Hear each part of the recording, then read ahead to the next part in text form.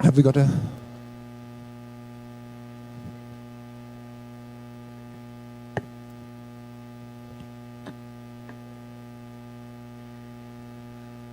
Are you getting a translation?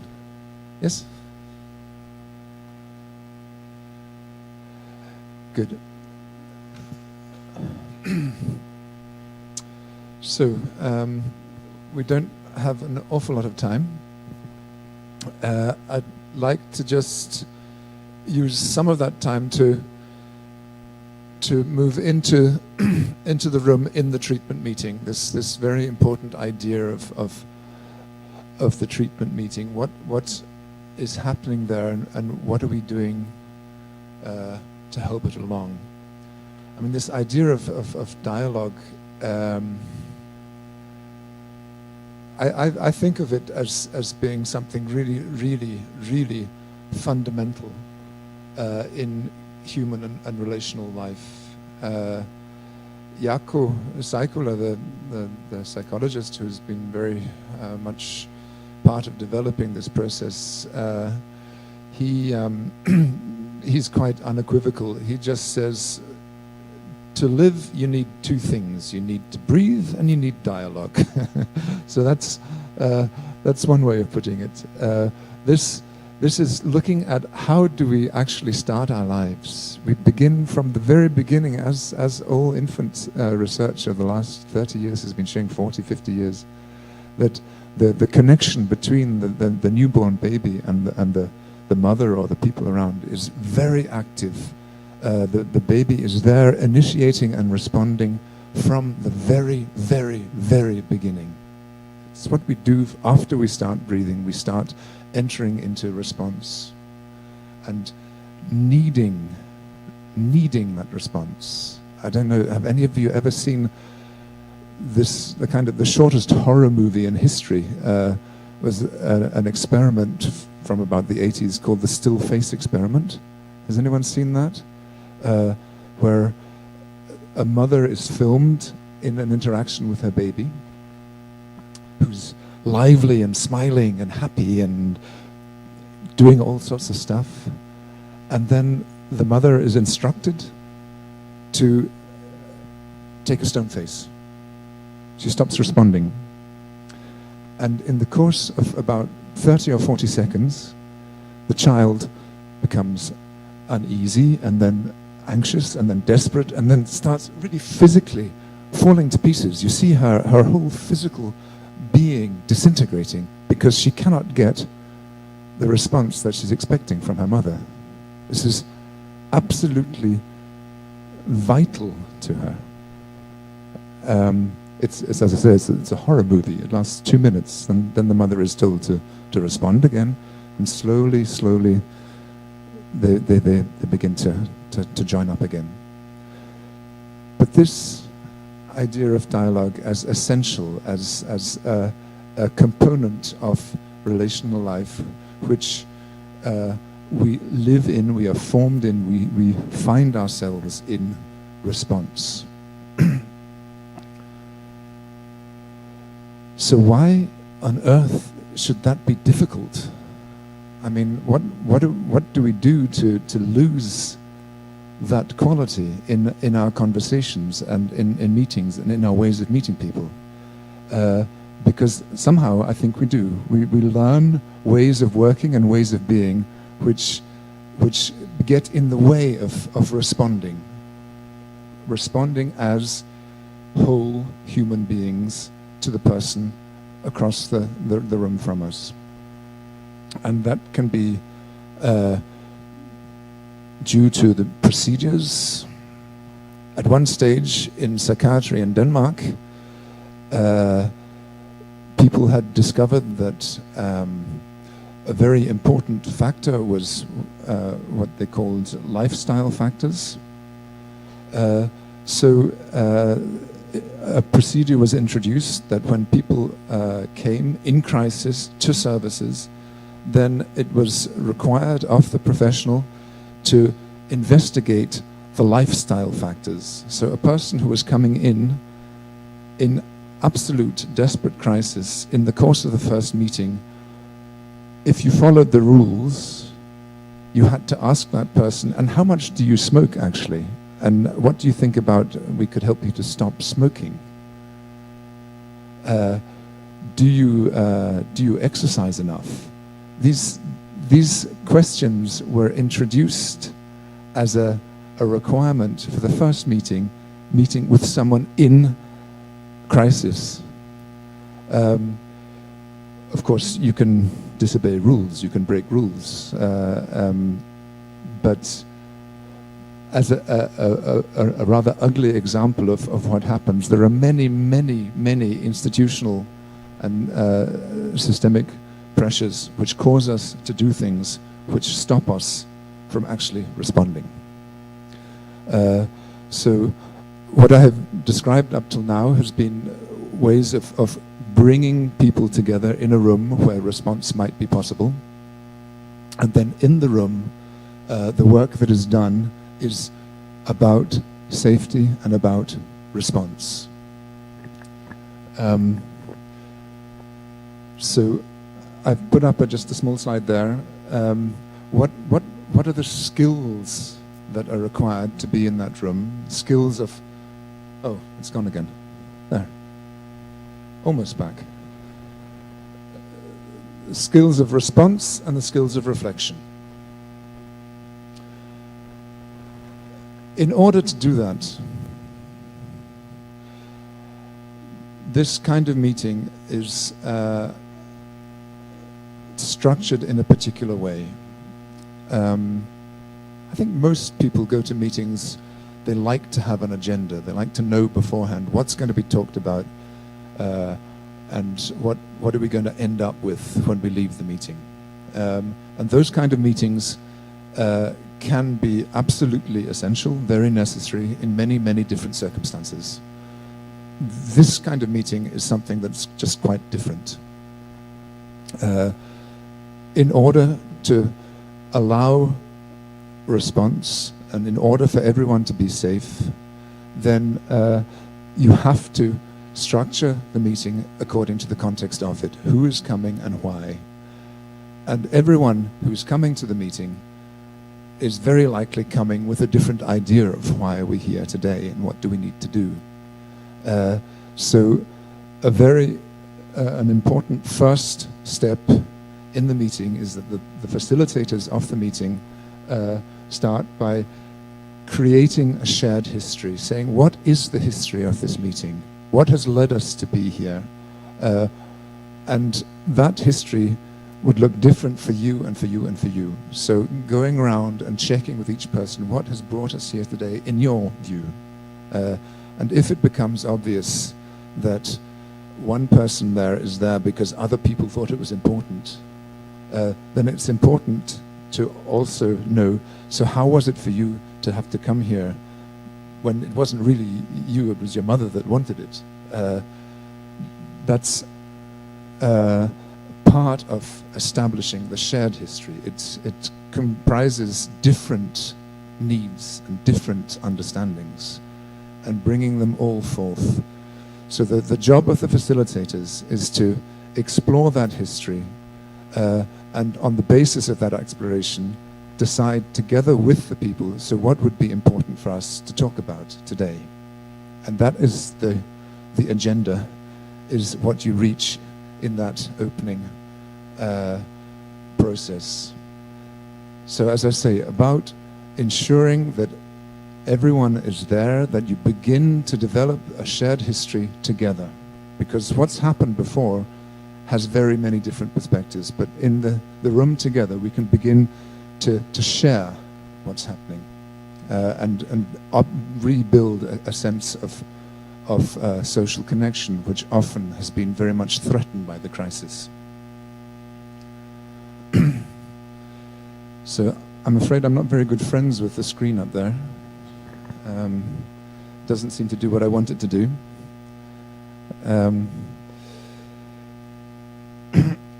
If it had been there, then you would see that one of the points that was there is that apart from creating the shared history, then the purpose of the meeting, what we're looking to do, is to create also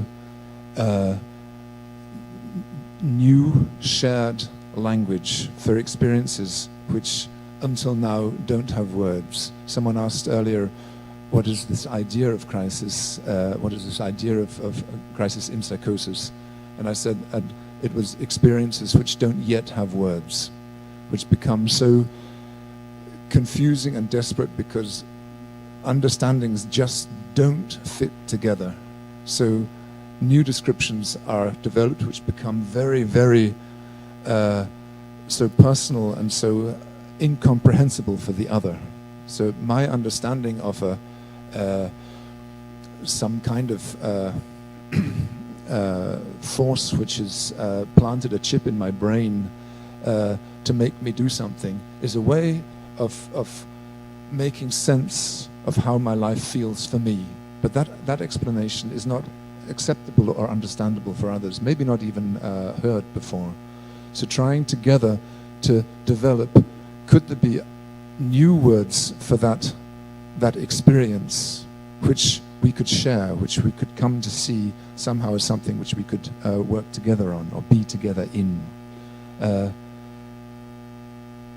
And that is very much the purpose of this kind of meeting. The purpose of this kind of meeting is not to create an intervention.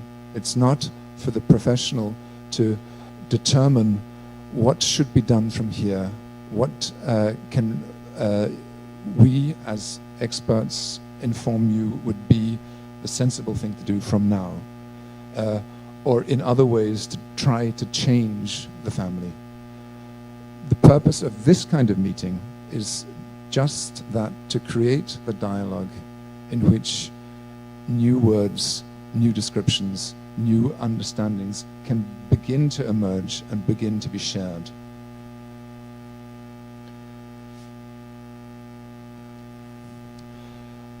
I've written up there this idea of increasing transparency, this quite important word of transparency, of knowing what is going on here. What is your intention? Why?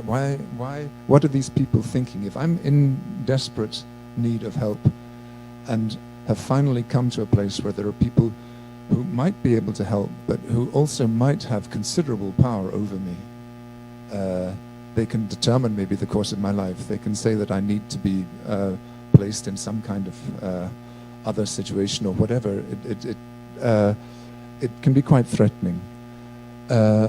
So to know what are the reasons for what is lying behind their words, what are they thinking, is quite important. And as I was saying before, this idea of why do we lose dialogue?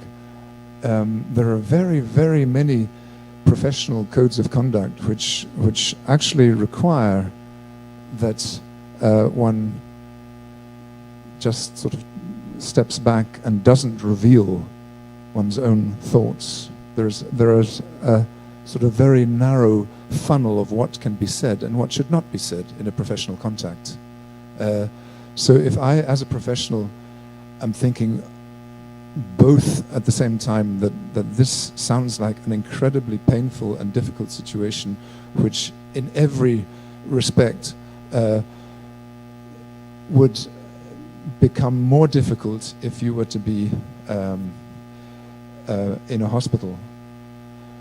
And at the same time I'm thinking, but what is happening around you at this time is so difficult, so potentially dangerous, that my responsibilities, my professional responsibilities, my legal responsibilities oblige me to do that. It's very important for that person to know both of those things. That I actually have a doubt, an uncertainty, a conflict in myself about what is going on. And not just me, but if we're a team of professionals, that we might see differently. There might be someone there who thinks that here there is obviously a need for some kind of stay at the hospital, and someone else would think, no, that's really not the case. in many professional contexts, it's bad style to sort of become, to disagree in front of the client. Here, there is really an idea that disagreement, that multiplicity of views is valuable, it's rich, it's important. It relates to valid elements in the total situation.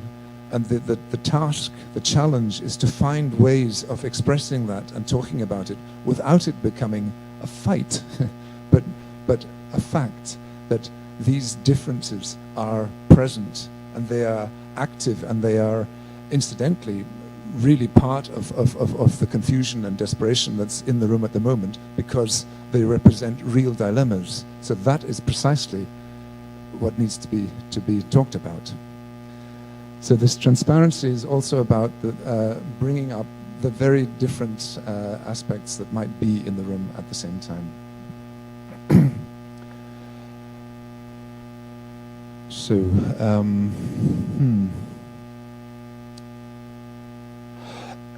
perhaps I could just very quickly build on the example I was giving before with this young woman who,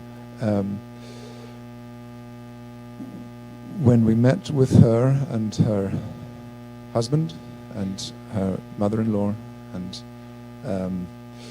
there was one social worker called in from an agency. Then actually when we began to talk, this question of what would you like to talk about was just absolutely much too much for her. She didn't want to talk at all. She wanted to disappear and let the world disappear and be left alone. But she heard the other people saying what they wanted to talk about. And in the course of the meeting, quite a rich picture began to be built up of the course of the last few weeks, in which the enormous pressure of uncertainty about what will happen when my child comes gradually hollowed out what before had been the great joy of looking forward to the child. A very well-known, I think, quite common process, but in this case, very, very difficult.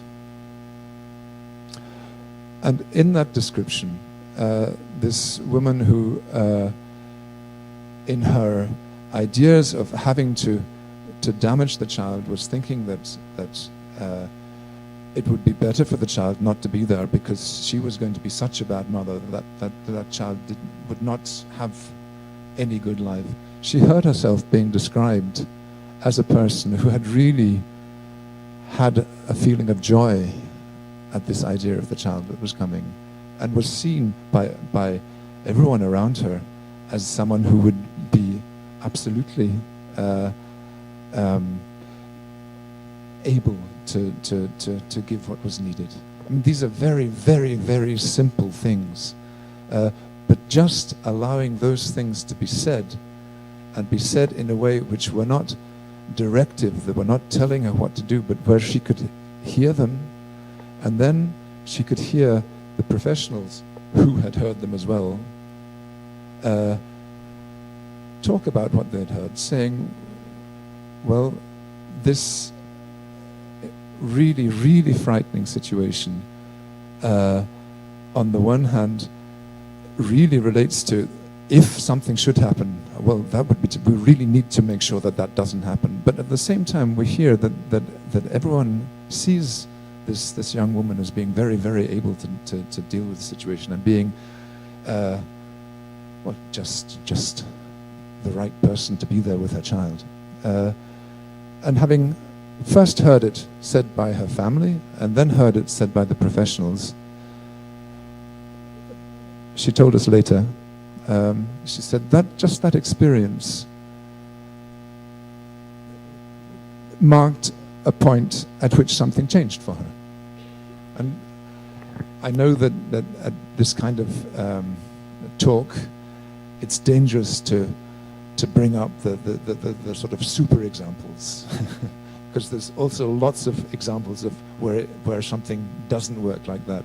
But I think that this shows a very important point of how simple something can be, that really, really being heard in what is the extent and depth of my fear, but also what other people see around me. That in itself is important and can allow movement. Not huge movement, but just enough movement to say, okay, maybe it would be a good idea to meet again tomorrow, because maybe things can be different than I thought. And it continued from there. Just a short example. I think I would like to give you the chance to talk. Just one small point about this is that in this meeting, this idea of this type of meeting, the facilitators have that important function of opening the meeting so it's safe enough, of ensuring that every voice is received, heard, responded to, just responded to. That the dialogue continues from there, and that the meeting is closed in a way that it's also safe enough for people to go out of the room. So that closure would involve saying we've talked about these things and these things, these important things. Maybe there are many more things that we need to talk about. When should we meet to carry on, or what would your need be in order to carry on, so that the meeting is also closed. So thinking of this idea of uncertainty, then at no point have in that situation radical decisions been made to change the situation, but at every point, by attempting to allow the concerns and thoughts of the people involved to be present, then it's possible to look at each other and say, okay, are we okay to move this far? And when we've moved that far, we'll meet again. Who would we meet with then to carry on for the next step, and then the next step? It's staying in the very, very present moment and saying, what can we do from here?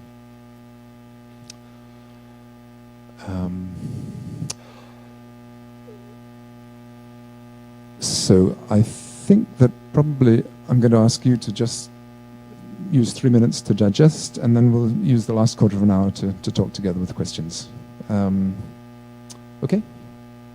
So just think about what you've heard, talk with your neighbor, and then we'll take a quarter of an hour with questions or comments.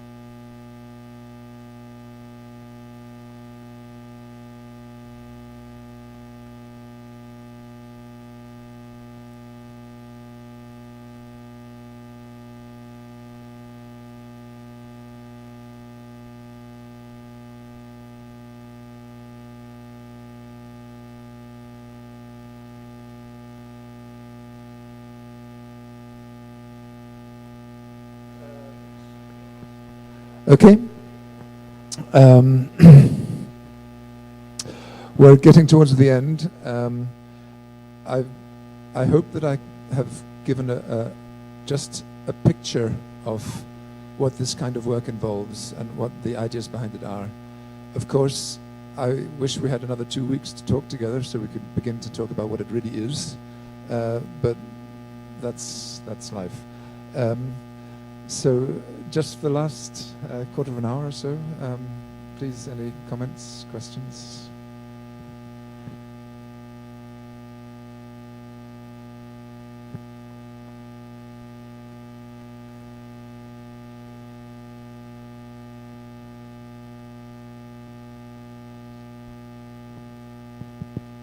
Olá, são 3 questões. A primeira, se os diálogos abertos, o senhor entende que os diálogos abertos podem ser entendidos como uma ferramenta de gestão de rede. Então, a gente está tratando de casos individuais, se eu posso tentar aplicar os diálogos abertos em reuniões de rede para fins coletivos e não individuais. Se a participação dos profissionais nessa reunião depende de características pessoais deste profissional, de habilidades ou mesmo de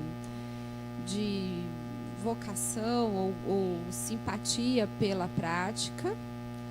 Estou pensando em, por exemplo, em muitas das nossas equipes aqui no Brasil são constituídas por profissionais concursados, contratados para um cargo público com uma estabilidade, então não necessariamente eu consigo demiti-lo ou admitir um novo com muita facilidade.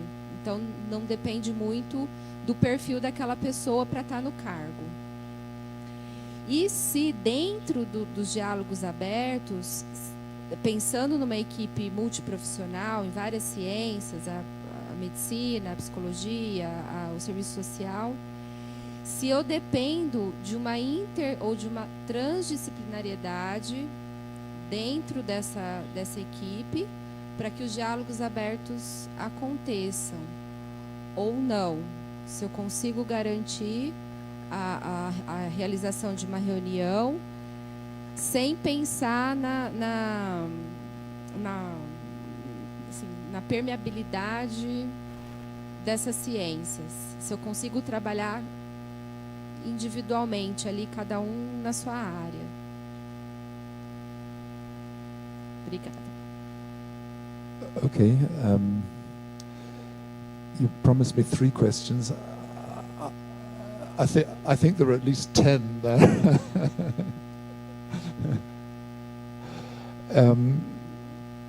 Perhaps I could just start by going back to the very first thing I said was that when I'm talking about open dialogue, it's on different levels. There's an organizational level, which involves a complete integrated system working on these principles. And there's another level, which is about the actual meeting practice, what happens between the client and the professional. And the third level is the education and training. So if I heard your questions right, I think they all refer to these different levels, really. That if fundamentally the hope is to be able to meet in a more human way the person in crisis, relationally and in dialogue, then of course that can be done individually, that as a therapist or as in any other function, to meet the other person and to be able to engage in dialogue with them in a way which helps new words, new shared languages to emerge, to describe experiences which don't have words before. So in that sense, yes, individually it can be done, and when you begin to move into the larger system, then there are all kinds of challenges to that happening.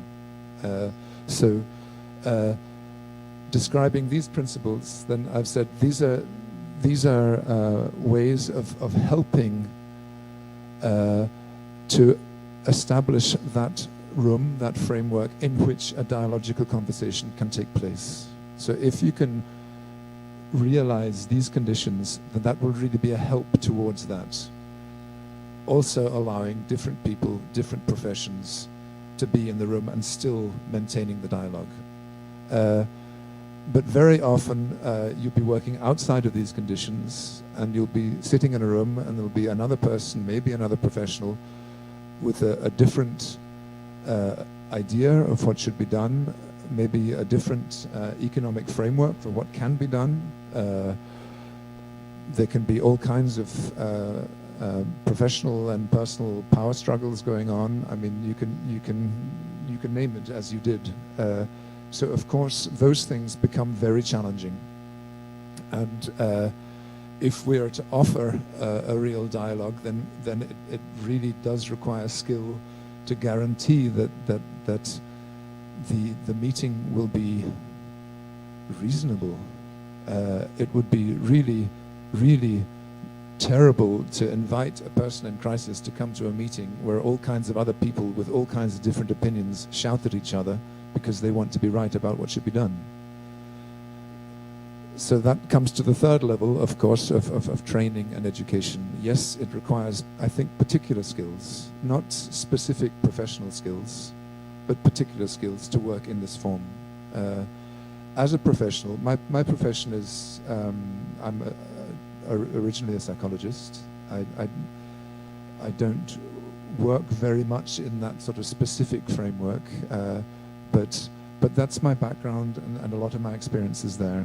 And when I'm invited to a meeting, of course, people invite me to the meeting because they think that I will be able to contribute with that experience. So there's a reason for me being there.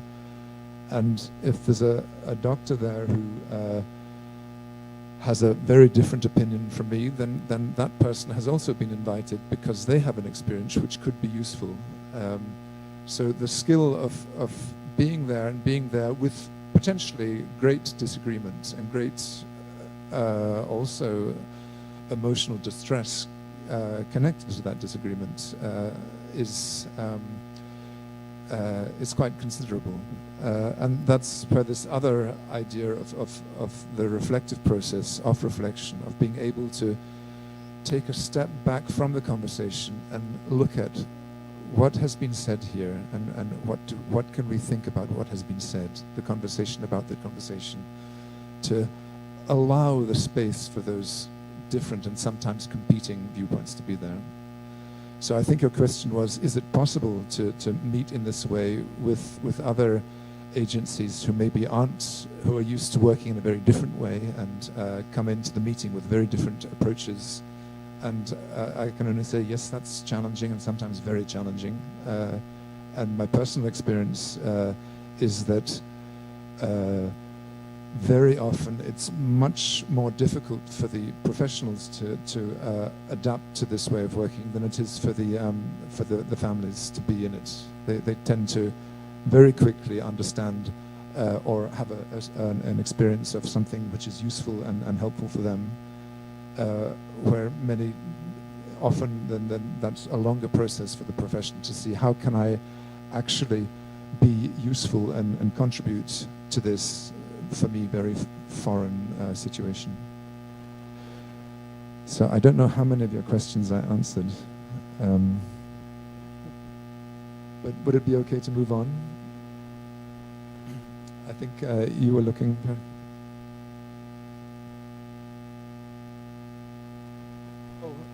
Sorry, there was this woman here was really first. So I'll come to you afterwards.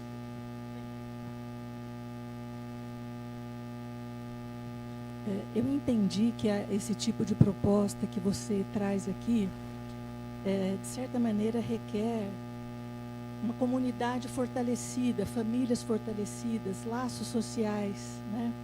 Como eu imagino que venha do país, do seu país de origem. A minha questão é o quanto que relações sociais deterioradas socialmente por desemprego, por exploração no trabalho, por violência e por outras questões, por exemplo, o próprio desmonte que o nosso sistema de saúde vive hoje. Quanto isso pode comprometer esse tipo de experiência tão bonita que você traz aqui?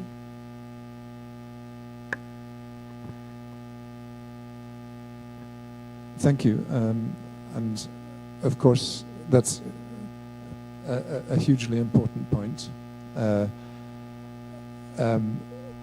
In bringing these ideas, then this is a description of what has shown itself to be useful and which has managed to find a form and an organization in a particular context, in a particular society, where it was possible to realize these things. And I find it beautiful to look at it and see it and be inspired by it. In my own country, in Denmark, which is very well organized, very bureaucratic as well, very strong public service, then it's been extremely challenging to bring some of these ideas in, because the provision of services is so very, very regulated and keeps a very, very firm control of what's happening. So that in itself has been challenging. So just moving from Finland to Denmark is already a cultural context which changes so much that we need to look at. So how could we create organizations and forms that would allow these principles to operate? And of course, if you go further afield, then that would be, again, new questions. How could we create those? In terms of the people that we're meeting with and the other, you didn't say this, but it was almost other requirements to how the family functions to be able to do this. At the moment, I work in a different kind of service, which works with people that have really been in psychiatric services for 30 or 40 years with the most severe diagnoses, and also with concurrent substance abuse, have burnt all their bridges, lost their families, lost their social network, lost their any form of anchor in the general society, and are thoroughly institutionalized. So my work at the moment is really trying to say, what would be a framework which would allow dialogue to arise with such a person who's lost all faith, all trust, all interest in me as a worker, who doesn't believe that I'm listening to him, and is really threatened if I invite we invite other people to be in the room, then okay, then now there's just 5 of them trying to tell me what to do. Yes, also the people that we're working with have needs to feel safe enough, and maybe this kind of meeting that I described would just be ridiculous to propose for someone who can't sit still for more than 3 minutes, who doesn't want to listen to anyone, doesn't trust anyone, who's frightened. So perhaps there would be other places that would be necessary to start first. But the ideas of integration, of trying to collect as many possible voices and allow space for them to be there, I have also experienced, also with these people, can be astonishingly strong. That someone who has been in services for 30 years would, at the end of a meeting like this, say, I've never experienced before that someone actually heard what I said. This is the first time someone has listened to me. So the importance for me, the vital importance of that project is to find how could we do this in a way that those conditions could be realized. Does that answer your question? Yeah. Sorry.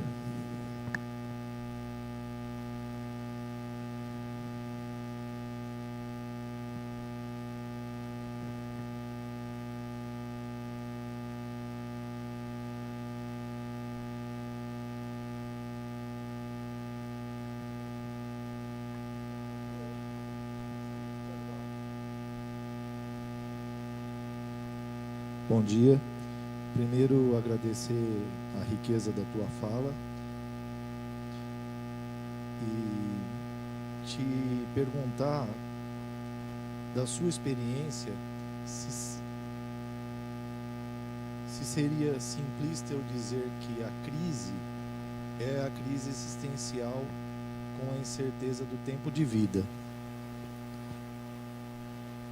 E na sua experiência também, se você vê um paralelo do diálogo transparente com o convite para a livre associação freudiana.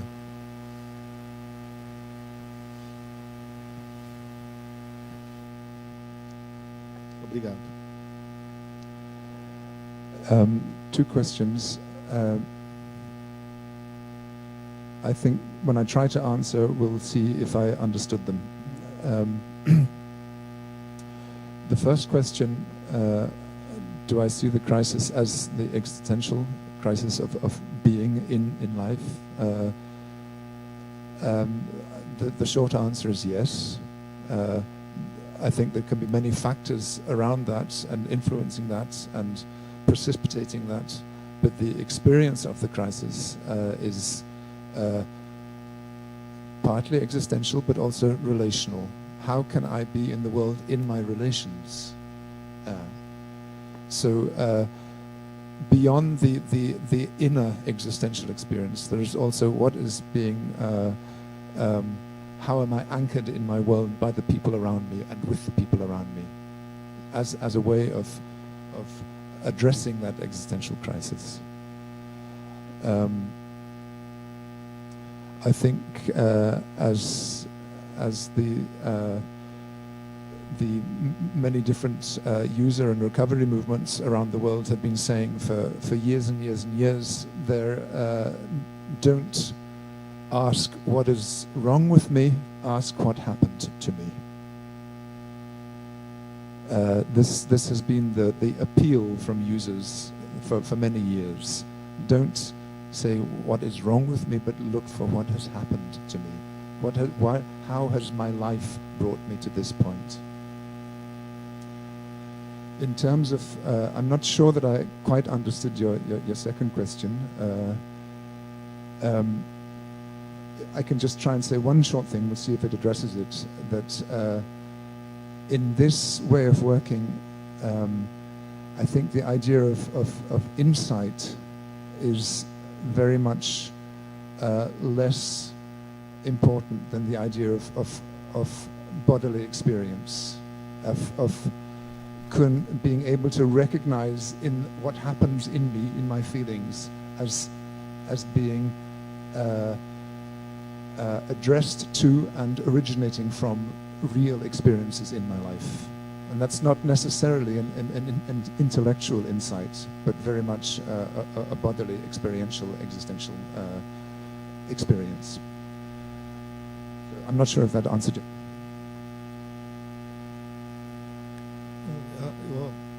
Eu acho que sim. É que eu vejo um paralelo dessas experiências físicas até existenciais no vínculo de transferência e contra-transferência nas associações livres da escola freudiana. Obrigado. Thank you. I'm a little bit concerned about the time. So if I invite a question here, and we'll see if people are polite and stay here or if they just get up and go.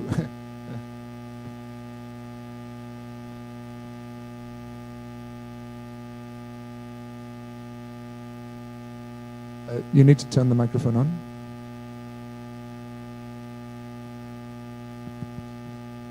Olá, bom dia. É uma pergunta simples. Se já houve, nessa experiência dessa primeira conversa, uma pessoa colocar que seria muito importante que uma outra estivesse ali, mas essa outra pessoa não estava na cidade, às vezes estava em outra cidade ou outro país, e se houve o uso de Skype para fazer uma conversa com essa pessoa, que seria muito importante estar ali, não tinha como estar fisicamente, mas se houve o uso do recurso de conversa por Skype. É isso. Obrigada.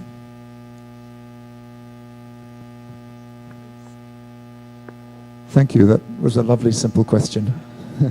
Because I can just answer yes.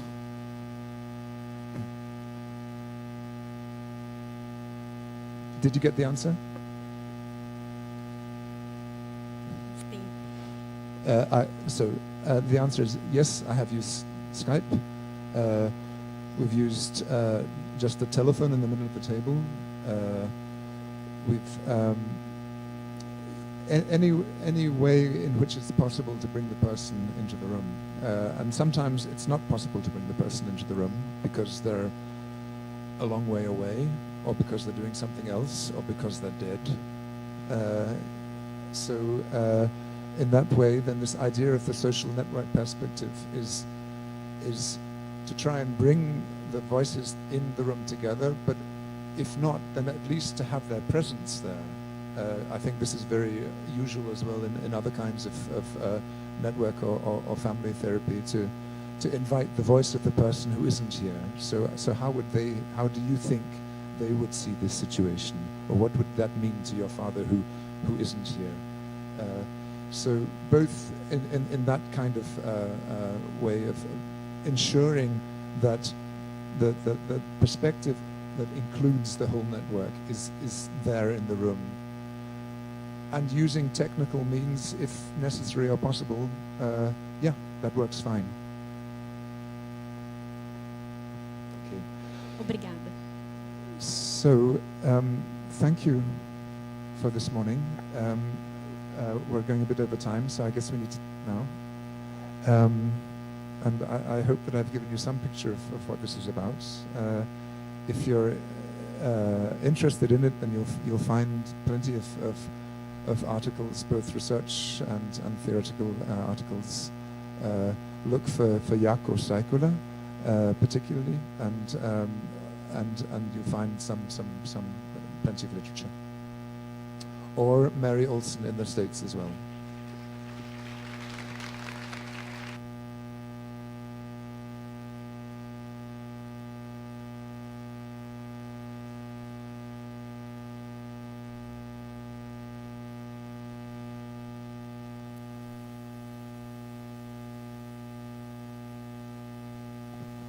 Em nome da professora Clarissa Corrade, que precisou sair, né, que é a organizadora desse evento, gostaria então de agradecer a todos vocês pela presença e agradecer mais uma vez o professor Richard pela disponibilidade de compartilhar essas ideias hoje conosco, tá bom? Obrigada a todos.